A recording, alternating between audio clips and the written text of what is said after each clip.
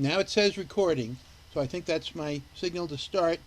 Welcome to the DBSA NCA chapter speaker program, DBSA Depression Bipolar Support Alliance, NCA the National Capital Area Chapter. We're very pleased to initiate this virtual speaker program. This is our first virtual program. We are otherwise a peer support group. Note again, this program is being recorded. If you don't want to be seen on the Zoom screen, turn off your camera. You can rename yourself to anything you like. If you need assistance, send a message to the host in the chat box. We've muted all participants at this time. People will be unmuted during the question and answer, but it's probably a good idea if you might have any noise in the background to keep yourself muted. Okay, next slide. We're very honored by our speaker tonight, but we're also in a position to announce our next virtual Zoom speaker program to take place Thursday evening, January 14th of 2021. It'll be at 7 o'clock. Speaker will be Dr. Andrew Nierenberg of the Massachusetts General Hospital, and his title will be Update on the Treatment of Bipolar Disorder and Treatment-Resistant Depression. More details will be coming. It'll probably work much as this. Next note, this is the end of year contribution season. National DBSA may be supported in the combined federal campaign for federal and military workers. The code number is 12,000. We, as a chapter, are also a 501c3 tax-deductible organization. Now our webpage, dbsanca.org, has a box for online contributions via PayPal or via credit card. You can also mail a check to our address. Also, those who frequently use Amazon.com can use Amazon Smile to have a small proportion of their purchase price go to our chapter, and the link is given. These slides will be available, will be on the chat. Other thing to note is that the chapter's facilitators meeting and board meeting will take place this Saturday. Anyone who wants to see any particular questions, issues, suggestions, or other additional programs, let me know, let a board member know, let a facilitator know. You can put something in chat tonight, or you can send me an email, or any of the others. So let us know. I'm going to basically skip over the next 2 pages. These are our regular announcements. They're part of our chapter email, regular chapter weekly email. If anyone wants to be on our email list, you can send an email. You can put it in chat, or you can send an email as is indicated to hello@dbsanca.org. I also want to note that since we have visitors tonight, that we have a schedule of weekly or bi-weekly support group meetings. We here identify them where they met in person, when they met in person, presumably will again. We don't know when, but all people with illness, with mood disorders, are invited to our peer groups. Sign-on information is available on our website via Meetup and the weekly email announcement. There's a Meetup group for each support group. The Southern PG group meets Sunday at 6. The 1-hour time limit doesn't necessarily hold. We have a midday peer support group Wednesday at 12. Montgomery County group is the second and fourth Wednesdays at 7. Family and loved ones support group, we also have meets the first and third Wednesdays at 7:30. The DC peer support group is at this time normally Thursday evenings at 7. And I think we can go to the next slide. I think yeah. I'm sorry. I'm supposed to say thank you for participating. Again, we'll provide a copy of the slide deck. At this point, I'm going to turn it over to Eric. I want to thank Eric for having done the key work to line up our speaker, put this program together. We are very grateful to our speaker for appearing with us tonight. Eric, take it over. Well, thank you. Appreciate that, Alvin. And thank you for getting us opened up here.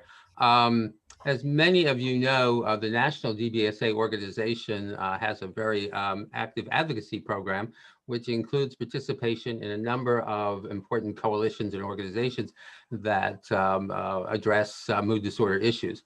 In the last 2 years, we've gotten involved in a group called the Coalition to End Social Isolation and Loneliness, which is addressing a number of different issues around these types of issues, concerns, in terms of research, advocacy, and just public awareness.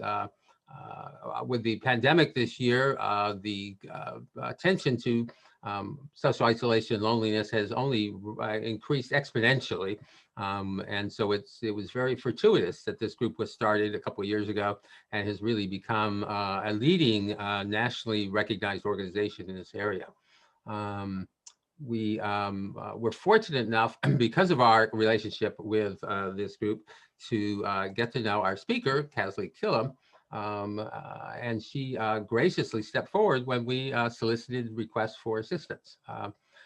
Kasley is based in San Francisco, where she works as the founder of Social Health Labs, partnering with different groups to implement solutions around these issues. She has a background working for Google and other organizations such as that, and has also done a lot of writing for Scientific American and Psychology Today, and has been recognized as a global forum shaper. Great sort of recognition.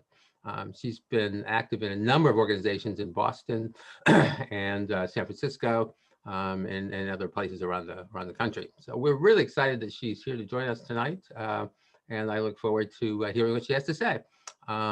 We will have her speak for about 35, 40 minutes, something like that, and then we will take your questions. If you hear a question, or if you think of a question, I should say, during the event, pop it into the chat box, and then we'll go from there. And then she's going to share some slides. I'm going to put this slide deck into the chat box in a few minutes, and then after her presentation, she'll share her slides as well. And then, like I say, we'll go from there. So thank you. With that, I am going to stop my share. We have to make sure you're unmuted, Kasley. Let's see, there we go. Okay, thank you very much. Thank you so much, Eric. I'm just going to share my screen as well. Can you see that okay? Yes, thank you. And let me just check, can everyone hear it? Is there anyone, because I saw something in the chat box about someone said they couldn't hear. I don't see anyone waving at me or anything like that, or sending a message in the chat box. So, okay, great. Great. Okay, well, thank you so much, Eric. I really appreciate the opportunity to talk with you all. Thank you to everyone who's joining live today.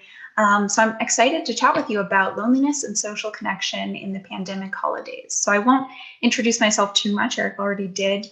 But I will just note that, I've been focused on this theme of human connection and how it influences our health for a long time. I recently did a master's at the Harvard School of Public Health to focus on solutions for loneliness through the lens of public health, and have been involved in a lot of different initiatives at the local level, at the state level, at the national level, like Eric mentioned. And it's certainly been a wild year given all the attention on this issue due to the pandemic. So really looking forward to sharing some of those insights with you.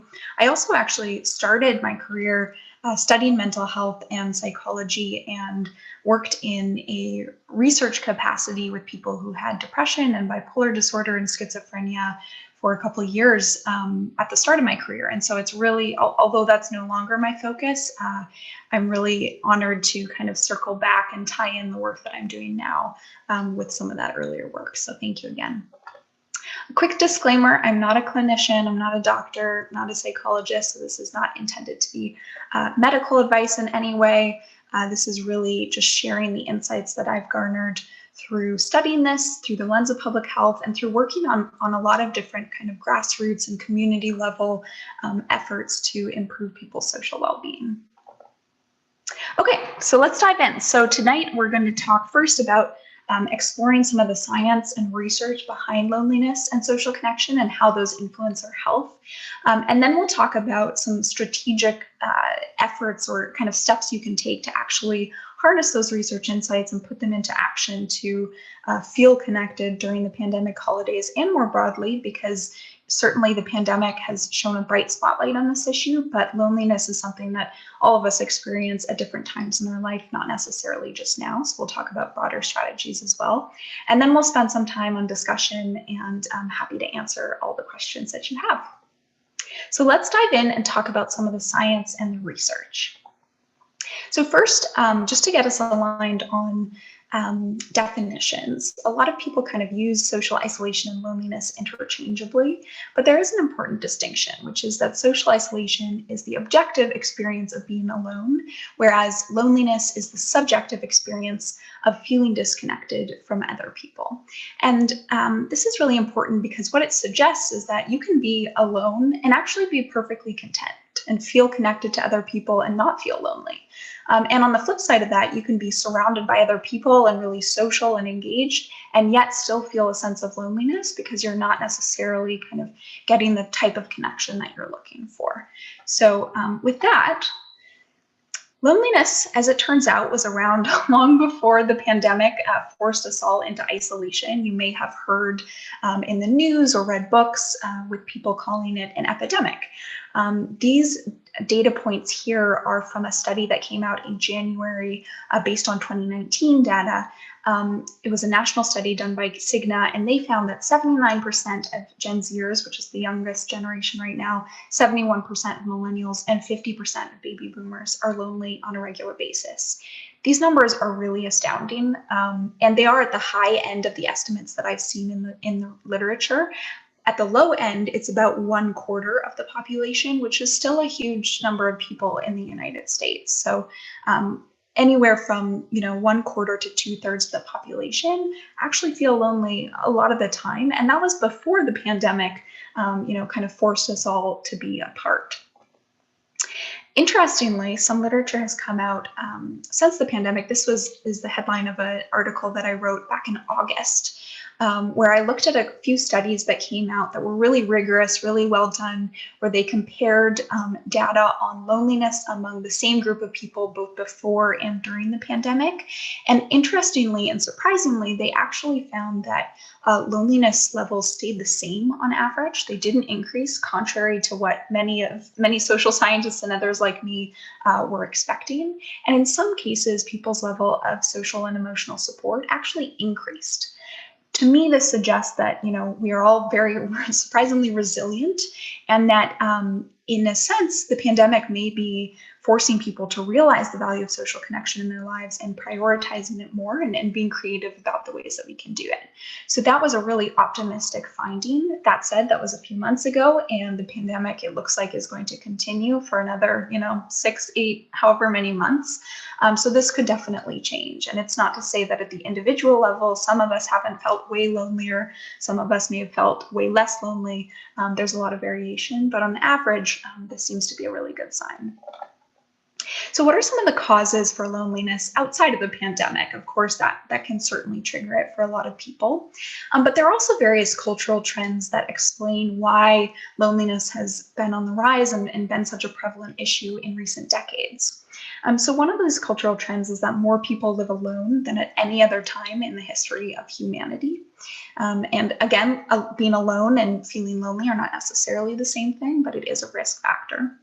A lot of people move frequently. So I can speak for myself. I've lived in 3 countries and 9 cities. And every time I move to a new place, I've had to make new friendships, build a new community. And so you can imagine with more mobility that people tend to do nowadays, that can definitely be a driver. Also the built environment. So you see this image here of a cityscape. It kind of looks ominous and cold and unfriendly. And there's some really interesting literature looking at how our physical spaces and the environment that we live in and our neighborhood and our buildings, how those can actually influence our social connections. I wrote a textbook chapter on this topic that'll be coming out next year. And there's some really interesting data looking at how people in cities actually have lower levels of social capital than people living in rural areas, which is interesting. Even though there's a lower population, it suggests that there's different social norms there. Another kind of cultural trend that can contribute to loneliness is technology and social media. I'm sure this is no surprise. But the research that's coming out around this is really interesting and kind of rather nuanced. So some of the findings are showing that social media can certainly make us feel more lonely, more depressed when we're scrolling through and feeling left out. That's not a good thing. But on the other hand, other data has shown that if you're using social media and technology to actually reach out and meet new people or stay connected with loved ones, if you're using it in more meaningful ways, then it can actually have a really positive influence on our social well-being. Another cultural trend here is social norms, right? So living in the US, it's a very individualistic culture. There are a lot of kind of expectations around independence and things like that, versus other cultures where, there might be more intergenerational living where different family members of different ages live together, or more of a social norm around reaching out and asking for help. And so then we can also talk about the different individual factors that can lead to loneliness. Obviously, being isolated during the pandemic is one of them, but also things like whether or not you belong to a community. So you all belong to this community, and that's fantastic. In general, the trend over the past decade or so has been that membership in clubs or local community groups or churches or sports teams has declined, which is certainly contributing to the widespread loneliness that we're seeing. Other things like language barriers. If you don't speak English, it's going to be hard to feel connected to people living in an English-speaking country. If you have physical mobility issues, obviously that can lead to restricting you to your home and prevent you from engaging with others. Also, very relevant for tonight, social anxiety and depression and any experience of mental illness, which can be a very isolating, lonely experience in and of itself, but also can, contribute to having anxious feelings about interacting, and it can really complicate it. And so certainly that can be a driver. And then finally, and one of the most important ones is really a lack of meaningful connection. So I mentioned earlier that you can have a lot of friends and engage socially a lot and yet still feel lonely. And so this is really tapping at the fact that, maybe we have big networks and we've got lots of followers on Twitter or whatever it is, but that doesn't necessarily translate into the deep need that we as humans have for belonging and true connection and feeling seen and heard. So these are some of the factors that contribute to these really high rates of loneliness that we've seen even pre-pandemic. Now, one thing that's really important to note is that loneliness in itself is actually a really helpful signal, right? So just like when you haven't eaten enough food, you feel hungry, or you haven't drunk enough water, you feel thirsty. That's exactly what's going on with loneliness, only it's about your need for connection. So this image that you see here on the screen is taken from a study that came out earlier this year, published by researchers at MIT, where they compared the brain images of people who had spent, I think it was 10 hours fasting versus people who had spent 10 hours in isolation. And they found that the exact same brain regions were activated in both of those states, implying that truly what's going on is that this craving instinct in our bodies and minds is being activated, whether it's hunger or loneliness. It's the same kind of thing. So that kind of temporary short-term loneliness is adaptive and helpful and actually a good thing. It lets us know that we need to connect in more meaningful ways. Where it becomes an issue and why I spent time studying it through the lens of public health is because chronic loneliness, and when this is really prolonged, that's when it becomes an issue. Just like if you're hungry for weeks and months, you could perish from that. It's the same thing with loneliness. We see these long-term effects. So let's talk about what some of those are.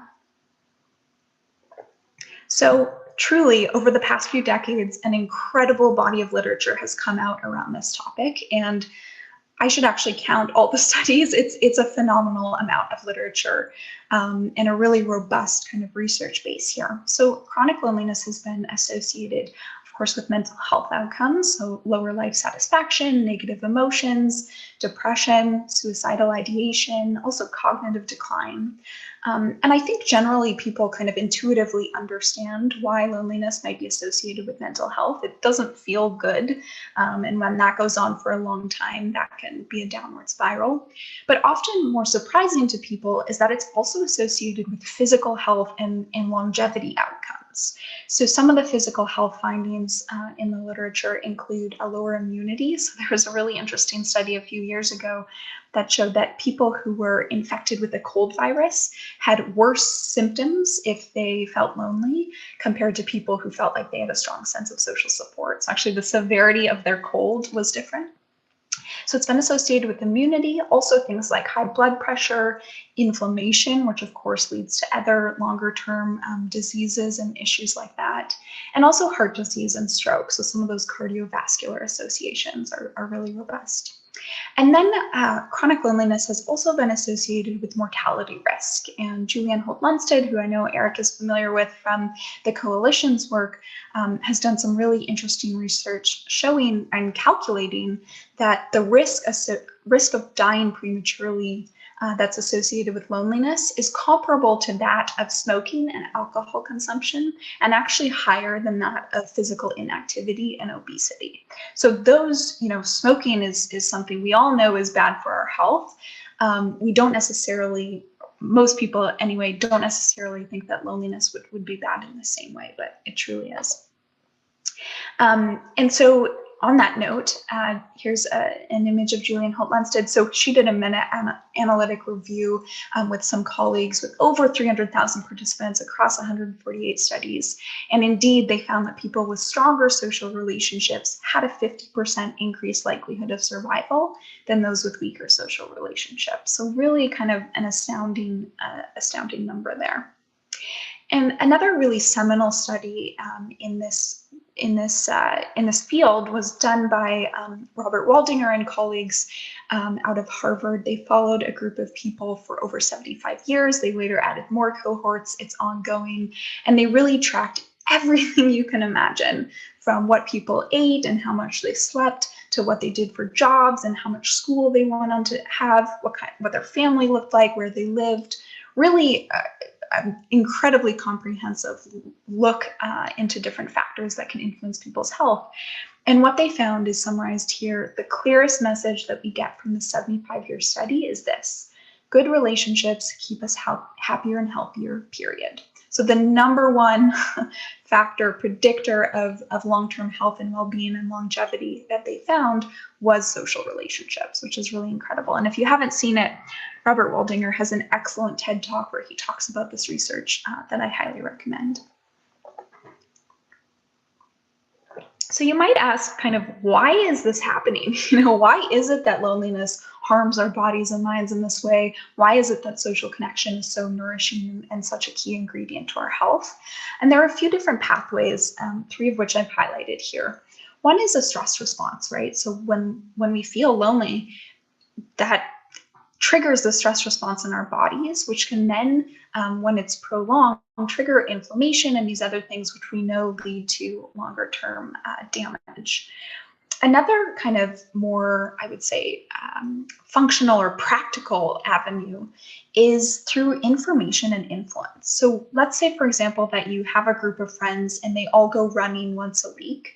That creates a social norm and a social pressure so that you think, oh, I should also go running or engage in these healthy behaviors. Similarly, if you know your neighbor and your neighbor informs you that there's a free testing COVID clinic down the street, that's information that can influence your health that you wouldn't have known if it wasn't for that relationship with that neighbor.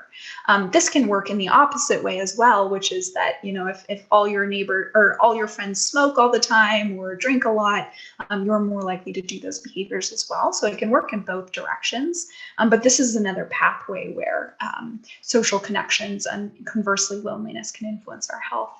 And then lastly, of course, joy and purpose. I mean, we all know how it feels when you do feel a sense of belonging and companionship with other people. It feels good. It gives us joy. It gives us purpose and meaning, and really fulfills kind of that innate human need that we have. So the way I like to think about this, here's an article I wrote a few years ago, is to kind of flip the narrative and move away from thinking about deficits, things like social isolation and loneliness, and move toward thinking about assets and things like social health and connection and community and how we can cultivate more of those things. Just a bit of a shift in the framing to focus on kind of what can we do, how do we put a positive spin on this and take action. So let's talk a little bit about what I mean by social health. This is really the dimension of our well-being that comes from connection and community. You can see here, there are many dimensions to our health, and I think we all understand this kind of intuitively. You know, there's physical health, there's mental health, there's spiritual and environmental and intellectual well-being that we can draw also. So there's many different kind of ingredients in the recipe of our health and well-being. And social is a really, really important one, as we've seen from all this data so far. So it might help you to think about this as breaking it down under the terms that we generally use often. One is physical health, right? So this is about our bodies. It's about how our bodies are working. Ideally, we want an absence of disease or illness. We want to be physically strong. And some of the ways that we do this are through, exercise or eating nutritious foods or getting a good night's sleep. Similarly, we can think about mental health, and this is about, our mind, our emotions, our hearts, and this is about psychological well-being. And the goal here is emotional stability and resilience and mental wellness. And some of the ways that we might go about this is through therapy or meditation or medication, through support groups like this, and so on. And similarly, in that same vein, it can be helpful to think about social health as this dimension that comes from relationships, your state of connectedness to other people. The goal here being, of course, the absence of loneliness and also the feeling of support and community and belonging. And some of the ways that we go about this, which we're going to talk a lot more about, but at a very basic level, is really about nurturing our relationships and community building. I see there are some comments coming up. I just want to make sure, Eric, if you can flag to me if there's anything I need to address right now, just maybe wave or something, but otherwise I'll look at them later. Wait, yeah, I was going to do them later. I haven't seen anything. Okay. Perfect. Thank you. So to dive into this idea of social health a little bit more, what are some of the kind of aspects of this? One is that it's really subjective, right? Physical health is kind of something that we can very much measure in a objective way. In contrast, social health is really about how you feel about your relationships. Do you feel lonely? Do you feel connected? And it really comes down to unique preferences. So I, as an introvert, might enjoy having one really meaningful conversation in a day, whereas an extrovert might prefer to have many interactions that are a little more superficial in that same time span. So it's really kind of this subjective notion. Another key part here is that quality of our interactions and relationships is more important than the quantity, right? So you can have one or a few people who you're really close with, and that can fulfill your social health needs. You don't need to be a social butterfly unless that's what's more fulfilling for you. And then the last piece is that those one-on-one interactions and relationships are really important, but so is the broader sense of community and belonging to larger networks. And that could be a group like this where you all connect. It could be your neighborhood or your building or your school or your employment, place of employment, any of those kind of broader networks that are meaningful to you. So the key takeaway of this kind of section, talking about this research and social health more generally, is really to start understanding that connection is a health habit in the same way that exercise is, that sleep is, that nutrition is. We need to be prioritizing it and ensuring that we're kind of strengthening our connection muscles in the same way that we think about those other aspects of our health.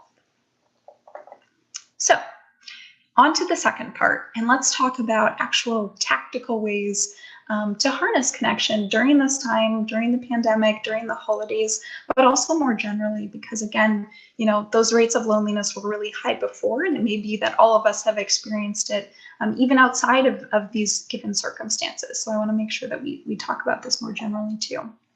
So first, at a high level, I wanted to ground you in sort of how I think about addressing social isolation and loneliness. And don't worry about all the details here. You don't need to read these. The point here is really to understand that because this is a public health issue, there are all these different levels through which we can improve on loneliness and create a culture of social well-being for people. It can be at the individual level, which is working with individuals who may be experiencing loneliness.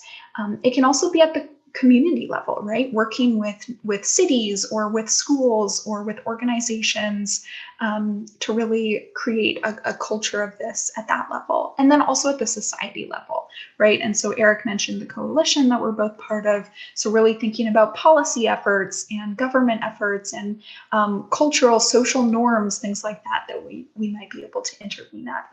And so that's kind of a broad look at, these are the different areas that I think about when I think about addressing social isolation and loneliness from a zoomed out lens.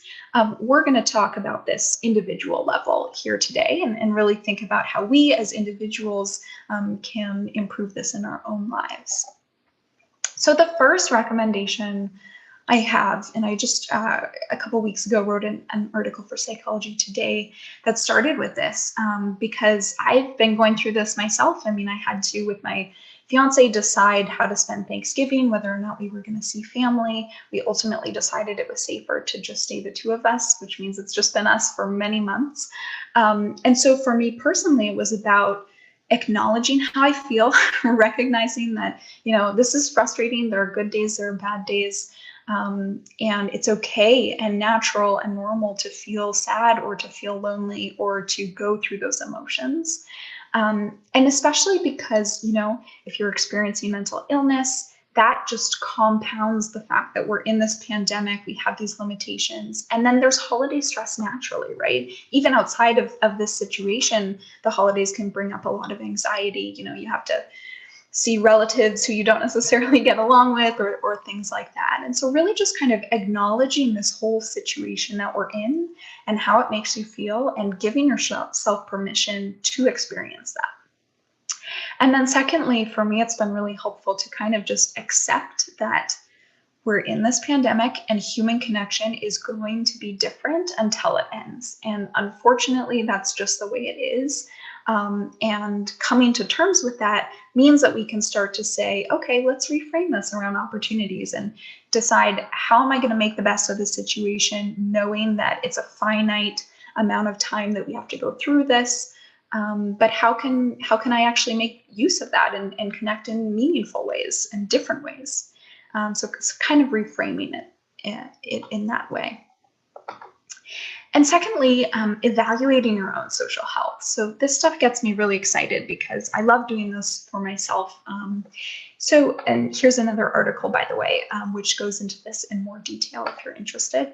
So some of the questions that you can ask yourself to really kind of reflect and take some time to think about how your social health is and where you might want it to be if there's a delta there, include, have I been feeling more connected or lonely recently? Is there someone I can reach out to for support when I need it? Which relationships do I value the most and therefore want to invest in the most? What kinds of interactions energize me and what kinds drain me? This is especially important right now when we're all connecting over Zoom and it can be exhausting in different ways and fatigue is real. So what kind of interactions are actually energizing? And then what communities are important to me and that I want to make sure I'm prioritizing even if it is remotely.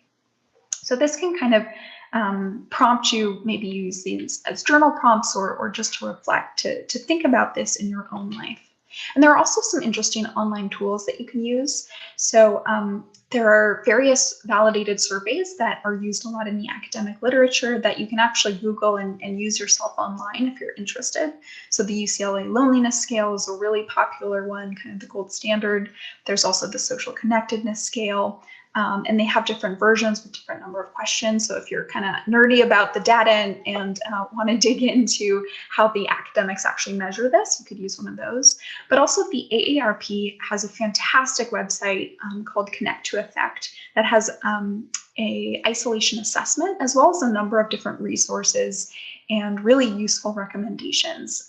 So I would encourage you to go there if this is resonating and you feel like you want to kind of measure it for yourself. And so with that information, once you've had a chance to kind of reflect on how your social health is right now, and by the way, it might be that you feel great, that you actually do feel connected to other people, and that the pandemic and the holidays aren't kind of threatening that, or it might be that there is room for improvement. And in that case, there are kind of two steps that I like to think about. One is to deepen, so to nurture the existing relationships that you have and to take them to another level. The other is to broaden and to actually form new relationships. And I think a lot of the time people say, oh, you're lonely, you need to make new friends. But that's not necessarily the case. It could be like I mentioned earlier, that you have a strong social network and just really want to take those to the next level.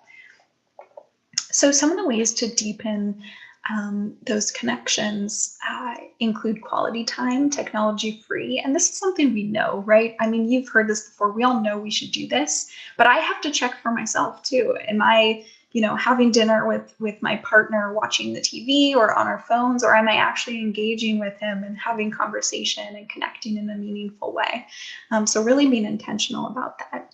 And then setting kind of a schedule or a cadence of daily or weekly check-ins that feels right for you. And I say this with reservation, because I would ideally like that we wouldn't have to be so intentional and kind of deliberate about social connection. It would be nice if it was just natural and a seamless part of each of our days. But the reality is that it isn't right now, and we have to be more deliberate and intentional to make sure that we're structuring it into our lives. We're not having those spontaneous chats with coworkers in the hallway or with the grocer at the grocery store. So being a little more intentional about that. One approach to this that I really love, that it's actually from my partner's grandma, is that she has a bowl next to her sofa. And in that bowl, she has slips of paper that each one has a name of someone, a friend or a family member, or someone from her church that she cares about.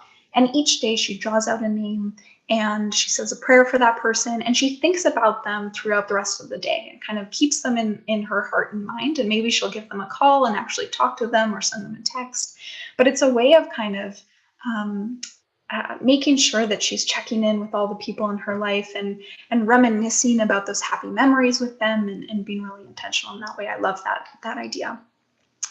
The next recommendation for deepening those relationships is practicing gratitude and kindness. And there is so much research on gratitude, especially. It's really incredible. And expressing gratitude to someone, letting them know what you appreciate about them, what they mean to you, is a really underrated way to deepen your relationship in both ways. It makes them feel good.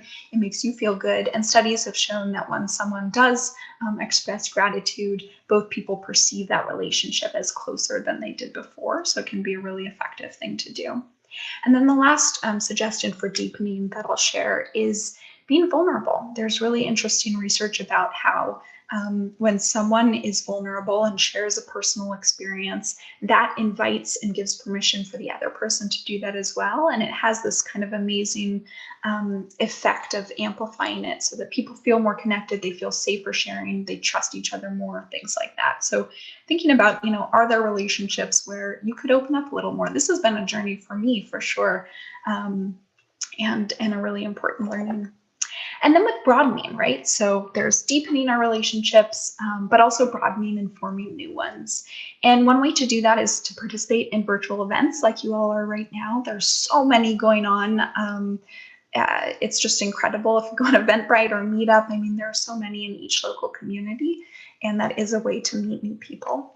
But also volunteering, and I'm such a champion for volunteering because the research that's been done on this is really solid. And volunteering is such a powerful way to meet new people, to have a sense of meaning and purpose and a reason to get out of bed, to be able to connect with others around a shared sense of purpose. And also to feel connected to that broader community or to a certain group, right? And like I mentioned before, social health isn't just about your individual relationships. It's also that sense of belonging to bigger groups. And volunteering is such a powerful way to feel that sense of community. So I'm a big advocate for volunteering, especially as the holidays come up. If you're spending them alone, this can be a really powerful way to get involved and to feel connected to the community. And there are ways to volunteer from the safety of your own home. Volunteer Match is a database online that has a lot of you can find basically opportunities to volunteer locally there. And they have definitely virtual and remote ones. So I'm a big advocate for that. And what I want to emphasize here is that broadening, deepening any of this connection, it can really be simple actions each day. This image here is from a campaign that I've been collaborating on with the AARP Massachusetts Task Force to End Loneliness and Build Community. And we talk about how it's the little things that brighten someone's day and brighten your day. So it can be as simple as waving and smiling to a neighbor, or complimenting the barista if you happen to go in person, leaving a friendly note on someone's door, handwriting and mailing Christmas cards perhaps. These are really small gestures. It could take you 5 minutes in a given day or 1 minute, but they make you feel better. They make the recipient feel better. And I think it's underrated to think about these small, simple interactions that can make a difference. And then there's also some interesting technology tools that can be helpful for deepening or broadening. And I've actually curated on this article, The Growing Social Wellness Landscape, a list of over 120 different apps that are really interesting and that you might want to try. It's been fascinating to see the amount of innovation that's happened in recent years, but also especially now during the pandemic. And there are a lot of different tools that people can use online to connect in meaningful ways. And I don't just mean, Zoom or FaceTime. I mean actual tools that really help you take your relationships to a new level. So might be of interest.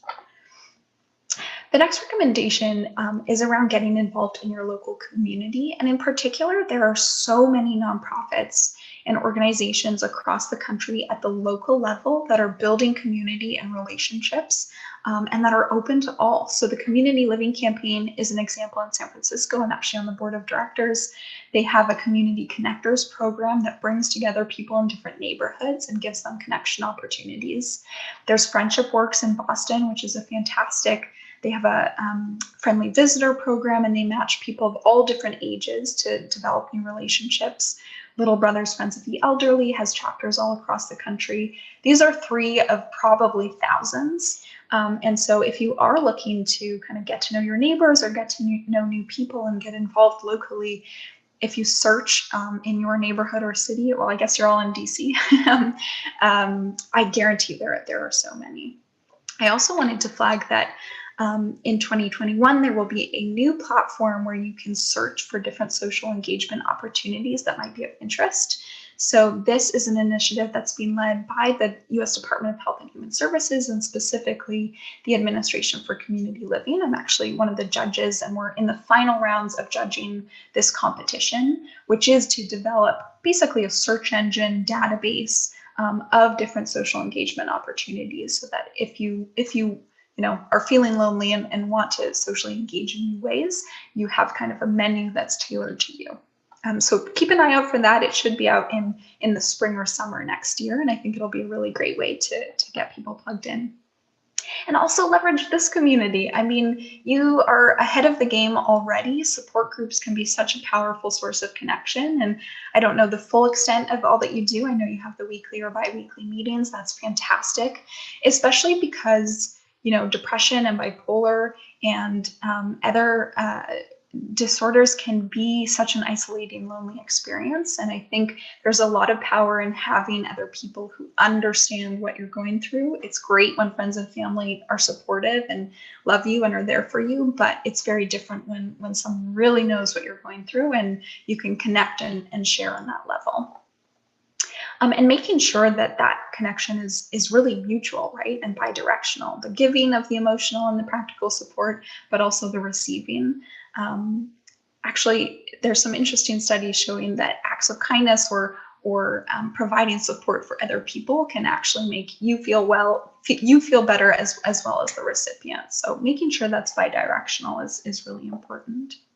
And then the last recommendation here is around seeking professional guidance. So it's interesting. A lot of what I've shared so far is kind of at the individual or community level. A lot of the research literature focuses on more kind of therapeutic interventions or structured interventions that aren't necessarily widely available. There's kind of a disconnect between what's on the ground and what's being studied by academics. But they have found that sessions where you're helped with modifying your thoughts and beliefs about social interactions, where you perhaps learn new social skills and work on those, or perhaps just having someone to support you and stay on track with different socialization efforts, that this can be really helpful, especially with things like social anxiety, or some of the kind of thoughts and beliefs that can get us caught up and perhaps not engaging in the ways that we want. So the recommendation here is really acknowledging that a lot of the literature has focused on kind of psychoeducation and opportunities where a therapist or some sort of guide is guiding you through addressing loneliness. And I think that can be really powerful. I do have a couple other articles that came out recently that have more tips, especially for the holidays and just in general social distancing, although there won't be much new, but if you wanted to read more, you can check those out. And so with that, I'm going to stop talking briefly and we can open it up for discussion. And I'm happy to answer questions you have, but I'd also invite you to really engage with one another and perhaps share your experiences or reflect on what this brings up for you, how this relates to your experience, ask questions of each other. We can really use this time however is beneficial. Thank you, Kasley. That's great. I know because people are muted, you can't hear them all applauding, but I know they're all applauding. So thank you much. A couple of quick comments before we start doing Q&As. I really want to endorse or second your comment about volunteering. I think that really makes a lot of sense. One group here in DC is the Aging in Place Village Community concept that's throughout the city. Provides lots of great opportunities for people at all age levels to connect. You can go to, here in DC, go to the DC Office of Aging and find more information about that. Also, I know I've been reading that the various feeding programs around the city are looking for volunteers.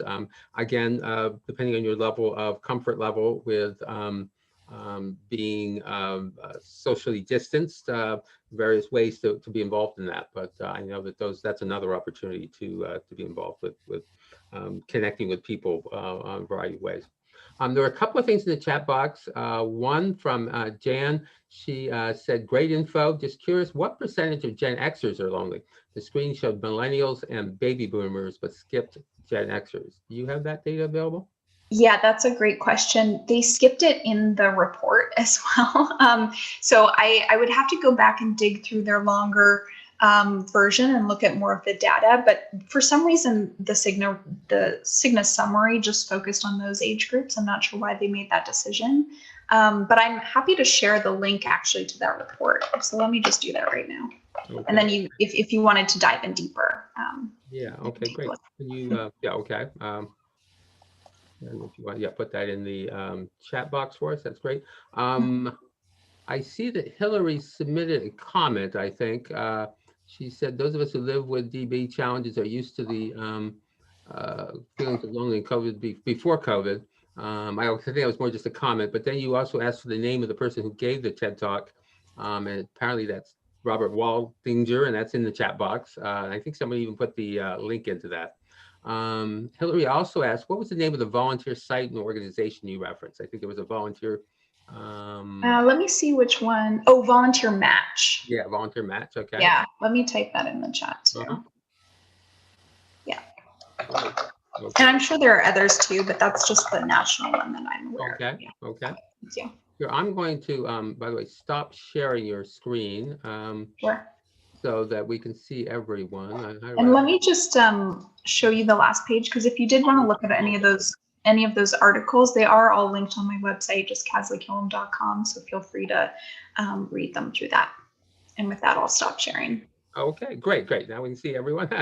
I think that was so. Do other folks have questions, or if you do, just use the either wave your hand at me or use the in the participants box, the wave your hand, and that way I can unmute you.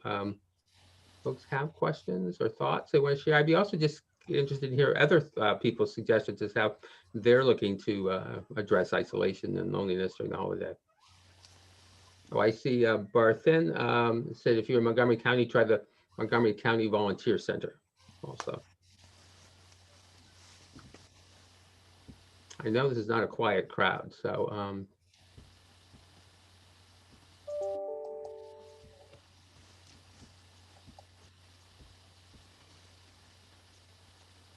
Gary, okay, I'm going to unmute you. Okay, Gary, go ahead. Hi, I'm Gary, and I really like what you had to say tonight. It was very interesting, we were intuitive, and you gave me a lot of information, but I'll be honest tonight, I really had a meltdown moment. I am ADHD, trauma survivor, depression, anxiety, the whole 9 yards, and I thrive on being with people. I did 12-step meetings. I had to go on disability retirement because of depression and anxiety. I go to the swimming pool, and I go out with a few friends to restaurants. It, I'm not getting with my family for the holidays. Um, it just seems like everything is geared right now to keeping us at home.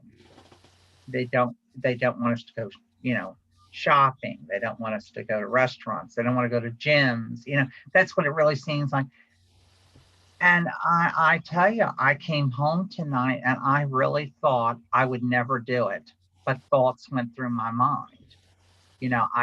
I'm really feeling I can't take much more of this.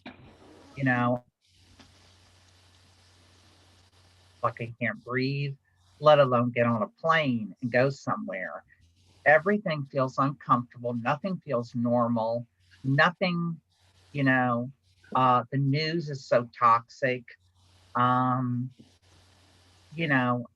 that's all I've got to say, but I can't, I just, tonight when I heard everything is shutting down again, I really felt I can't take this anymore. I just, you know, um, you know, so I see my therapist every Tuesday, and I just say to her, da da da da da, and she says, I know, it's bad, it's bad, it's bad, but it feels like we're just being cut off from everything. We're being cut off from people. We're being cut off from our family. We're being cut off from restaurants. We're being cut off from gyms. Shopping next, they're not going to go to a store. That's the next thing. And I'm not the kind of person that it can live indoors 24 hours a day. I just can't do it, and Yeah, I just, yeah. I know I've gone on too long. Oh, no. I was just going to ask you a question, actually. That's quite all right. Yeah. Did you get opportunities to get outside at least during the day or something? I know for me, that's helpful. I had a friend I went to lunch with today, and it was her birthday. But when I heard today that everything is shutting down again, it's just, Yeah. um, I understand what they're trying to do. On the other hand, what it's going to do to us all mentally, us people that, we're human beings are social interbeings. We're social people. Even birds like to get on a stick with each other and squawk. We're not made to be isolated and be in a house by ourselves. This is what they do to people in institutions. I just really, I know we don't want to get COVID, but on the other hand, can we lose our minds because of this? Can we go crazy? And I know maybe I'm blowing things up out of proportion or I'm exaggerating, but it just feels that way to me. It just really feels that way. It's not like you can get a car and you can go, well, I'll go across the country and things will be better there. It's just even worse there than if you went here, but I'm not like this every day. Yesterday, but when I heard everything was shutting down again, I really went into an absolute panic attack, because anyway, that's all I've taken too long, but please thank you for listening to me. Okay. Absolutely. Thank you for sharing that, Gary. I think probably all of us can relate to some extent. I mean, it's really hard. And like you said, you're not like this every day. Some days are so bad, some days are fine. I can certainly relate personally. And I do worry, it's interesting having studied public health, it is kind of this risk benefit analysis that isn't talked a lot about. And I think it's really tricky for the people calling these shots to make that decision, because yes, we don't want to get COVID, but like you said, there is the mental health toll. And so I think it's a really good point, and I don't know the answer. I wish I did. I think it's so hard for them to be making these decisions, but all I can say is thank you for sharing your experience. I know I certainly can relate to that, and I'm sure many others on this call too. Someone in the chat, Megan, suggested being in a quarantine pod.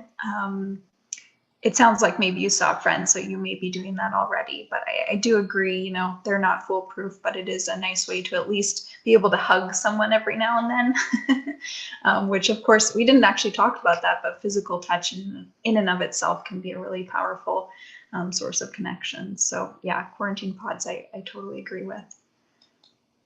Paul said, hang in there, there's a vaccine coming. Yeah, I think for me personally, keeping in mind that this is temporary and there is going to be an end, and even though another closure just drives me nuts, it will end at some point, and we will be able to, celebrate holidays in person again. That's a little bit helpful for me, but I know it doesn't solve it. Feel free to unmute yourself at this point if you want to ask a question or make further comments. Now, you feel free to share also at this point, but I know you're not a quiet crowd, so. Beren, I think you can just unmute yourself at this point, so go ahead. Oh, okay, sorry. Yep, and also just folks, Kasley has now shared her slides. I also shared the slide deck from the beginning, so if you want to see the slides, go right ahead. Go ahead, Beren. So Kasley, to your comments about socializing, there was one thing that you mentioned about how if you, I guess, spend the majority of your time with people who live a certain lifestyle, example, drinkers, smokers, it influences your lifestyle.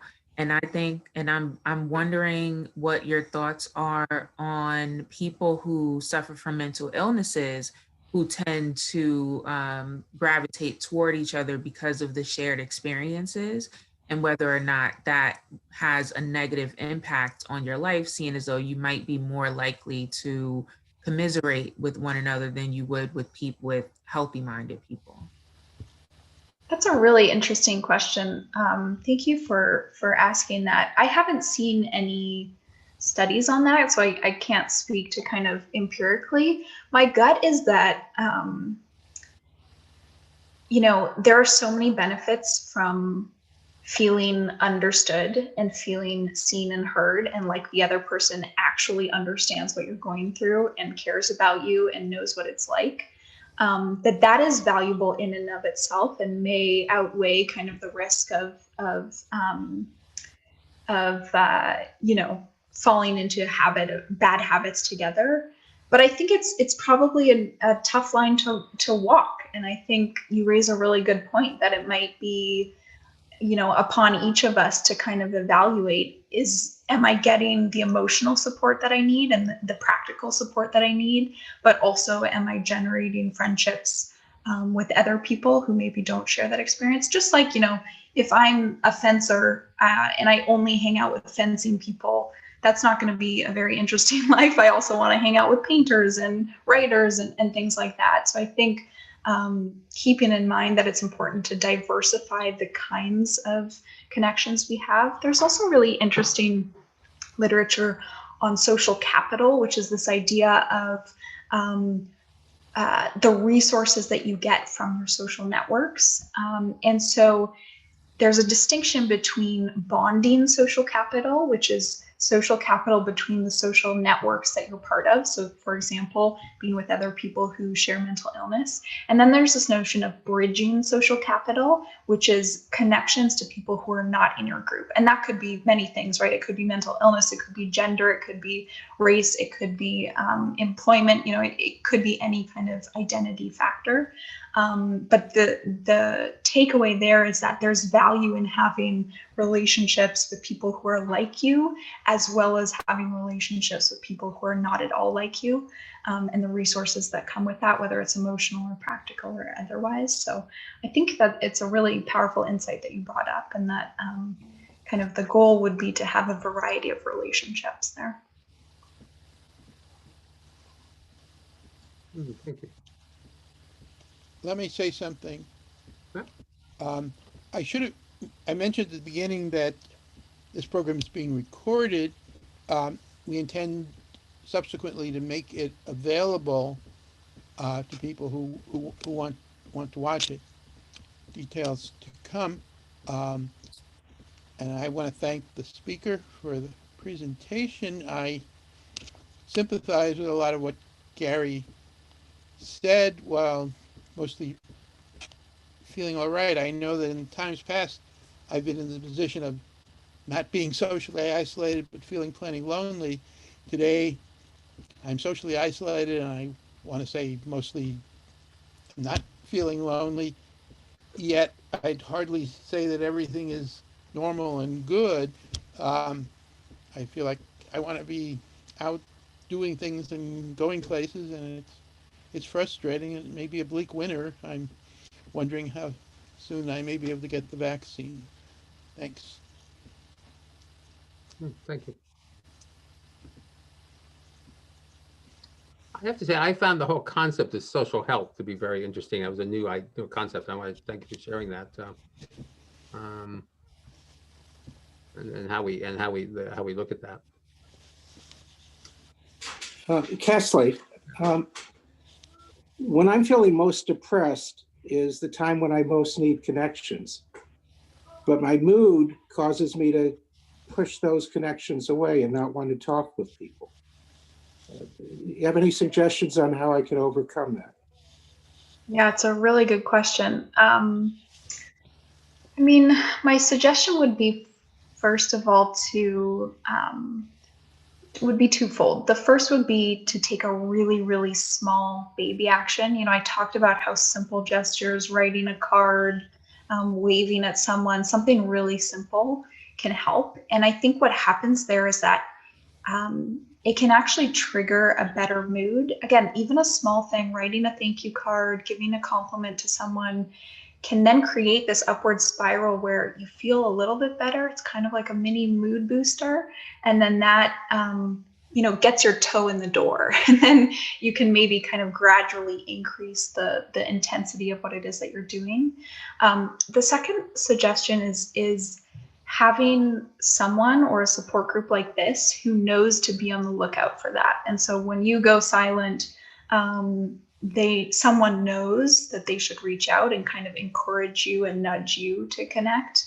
And that's where kind of support groups like this, I think, can be really powerful, because people are paying attention. They may know what you're going through. They may know to kind of reach out when they're not hearing from you.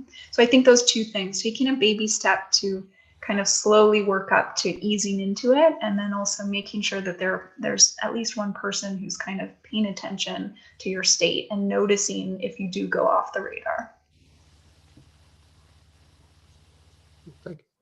Hi, Kasley. My name is John, and let me turn my camera on. And to build on what Jake said, I struggle when I need to speak with someone, worrying about bringing my baggage to them when they already have their own. And I seem to notice that if I get bad enough, they begin to tune out, which is why I'm no longer married, because my ex-wife was basically forced into building an emotional wall. And I just seem to envision that from other people. And it kind of builds on what Jake said. When I need somebody is when I don't want to talk to anybody. And when I do talk to them, I feel like I'm pushing them away. Thank you. Yeah, I think that that makes a lot of sense. Thank you for sharing that. You disappeared, but I think it was John. Thank you, John. Yeah, I think that makes a lot of sense. And that's where I think, some of the interventions in the literature are focused on kind of our cognition and changing the way we think about our social interactions. So kind of training us to think differently about how we interpret social cues, or kind of evaluate whether it is that someone really doesn't want to hear what you have to say, and isn't available to be emotionally supportive in that moment, and when it's just your head kind of saying that, and actually they are willing to be there for you in that moment. So I think that's where it can help to kind of work on that cognitive training aspect. But I also think it's a very valid thing. We don't want to be a burden to other people. And there again, I think support groups like this are really important, because you all can share in it, and you're not going to get tired of it. You can keep talking about it, and people are there for you. But yeah, thank you for sharing that, John. Thank you. And I'm in the Philadelphia area. I found this group through Meetup. I have not found any real resources in the general Philadelphia area. And what you talked about learning how to reinterpret social cues is something I would be very interested in. If there are online resources, or I prefer actual resources over online, but anything that you could share in the chat would be very welcomed. Thank you. Yeah, nothing comes to mind off the top of my head, but I'm happy to follow up on that. Eric, maybe you can send me a reminder. Because I'm sure that there are books on that. And also I know what I've seen in the literature is kind of therapist led. So it could be working with a therapist who kind of specializes in that. But I think there could be books or other resources. So I'd be happy to follow up on that. Okay, thank you. Yeah. Alvin, again, I see your hand raising. I'm reminded by that, I should say, we're the capital area chapter. We certainly have long had people from Maryland, from Virginia, participating in our groups and activities.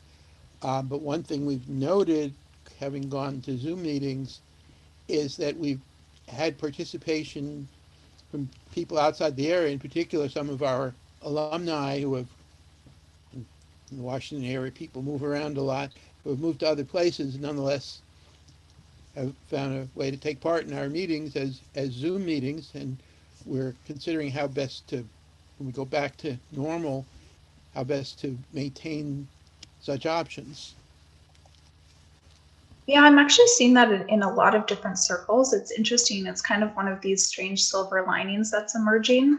With the nonprofit I work with in San Francisco, the program was designed to be hyper local and really neighborhood based. And yet, because it's available online now, we're seeing people come even from other countries and certainly other states. And so I think there's an opportunity there to say maybe the need is greater, and this is something that should continue after the pandemic is over. Mm-hmm.